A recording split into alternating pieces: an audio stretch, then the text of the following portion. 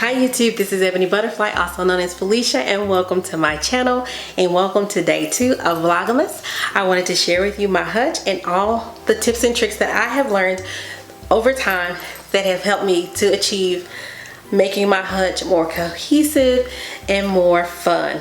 Let's start with the first and what I think is the most obvious tip, and that is to choose a color scheme. Number one, we want to choose a color scheme so our hutch will be cohesive. The color scheme that I chose was black, white, and green, as you can see.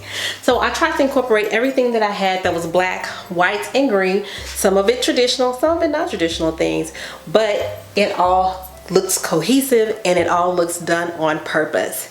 The next thing you want to do is the varying heights. That's why us hutch creators, as well as done people and all people in design, love risers, because it gives us those varying heights. For instance, in this section you see the tall, medium, small, smaller, smallest. Well, those items are various heights, which makes it more pleasing to the eye. Also, I use them in 5s. So 5s and 3s are known to be the decorator's favorite number. So when you're decorating your hutch, if you have a section, using 5s and 3s or odd numbers really look good.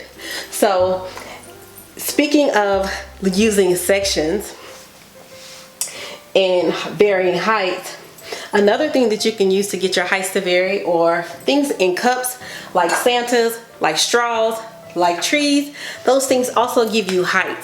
So that helps with the varying of height.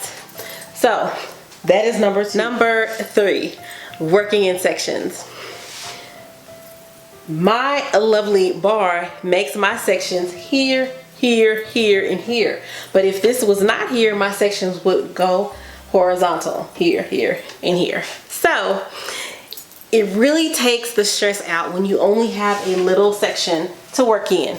So that's why it's important to work in sections and not try to do the whole thing. You can if that works for you, because there are no rules that say you can't work the whole thing. But for me, just working in sections made my life so much easier. So I do work in sections. Number 4, incorporate non-traditional items. It makes it look unique. It makes it look like yours, and it's stuff that you love. Like for instance, I have this little reindeer, which is not traditionally something that would go in a hutch, but I love her. I love seeing her here. It is just gorgeous to me, and that's one of my non-traditional items that I used. There are so many other things you could use to put in your hutch that maybe not be the traditional dishes or pottery. It could be anything that's not dishes or pottery that you can put in your hutch. And number 5, last but not least, be creative and have fun. Be as creative as you want to be and have fun. Using those simple tips, I guarantee you guys it's going to make your hutch look so much better.